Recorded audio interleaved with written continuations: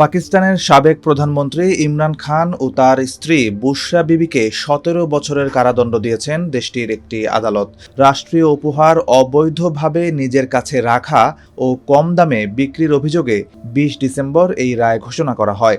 দীর্ঘদিন ধরে চলা একটি মামলার নিষ্পত্তি হলো এই রায়ের মাধ্যমে, যা পাকিস্তানের রাজনীতিতে নতুন করে উত্তেজনা সৃষ্টি করেছে। আদালতের রায়ে বলা হয়েছে, বিদেশি রাষ্ট্রপ্রধান ও প্রতিনিধিদের কাছ থেকে পাওয়া মূল্যবান উপহার আইন অনুযায়ী বাজার মূল্যে কিনে নিতে হয় এবং বিক্রি করলে সেই লাভ ঘোষণা করতে হয়। কিন্তু ইমরান খান ও বুশরা বিবি এসব নিয়ম লঙ্ঘন করেছেন। অভিযোগ অনুযায়ী সৌদি আরব সরকারের দেওয়া গহনা ও অন্যান্য উপহার তারা মাত্র $১০,০০০ কিনে নেন, যেখানে সেগুলোর প্রকৃত বাজার মূল্য ছিল প্রায় $2,85,০০০। পরে সেগুলো বিক্রি করে অবৈধভাবে লাভবান হন বলে দাবি প্রসিকিউশনের। তবে ইমরান খান ও তার স্ত্রী সব অভিযোগ অস্বীকার করেছেন। তাদের দল পাকিস্তান তেহরিকে ইনসাফ পিটিআই এই বিচারকে প্রহসন বলে আখ্যা দিয়েছে। দলের মুখপাত্র জুলফিকার বুখারী বলেন, কোনো উদ্দেশ্য, লাভ বা ক্ষতির প্রমাণ ছাড়াই তাদের বিরুদ্ধে ফৌজদারি দায় আরোপ করা হয়েছে। এই রায়কে পাকিস্তানের ইতিহাসের কালো অধ্যায় বলেও উল্লেখ করেছে পিটিআই।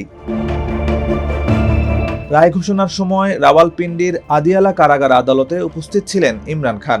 তবে তার পরিবারের সদস্যদের আদালতে প্রবেশের অনুমতি দেওয়া হয়নি। পিটিআই বলেছে, এটি ছিল একটি বন্ধ দরজার কারা আদালত, যা কোনোভাবেই ন্যায়সঙ্গত নয়।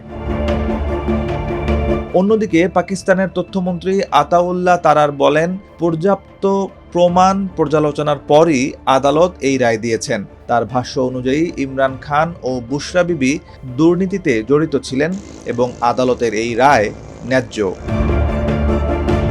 ৭৩ বছর বয়সী ইমরান খান ২০১৮ থেকে ২০২২ সাল পর্যন্ত পাকিস্তানের প্রধানমন্ত্রী ছিলেন। ২০২২ সালের এপ্রিলে অনাস্থা ভোটে ক্ষমতাচ্যুত হওয়ার পর থেকে তিনি একাধিক মামলায় অভিযুক্ত হন এবং ২০২৩ সালের আগস্টে কারাবন্দী হন।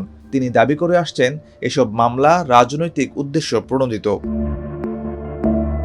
আইন বিশেষজ্ঞ তানিয়া বাজাই বলেন, এই মামলায় প্রসিকিউশনের পক্ষে শক্ত প্রমাণ উপস্থাপন করা হয়েছে, যার মধ্যে ইমরান খানের তৎকালীন প্রধান সচিব ও সামরিক সচিবের সাক্ষ্যও রয়েছে।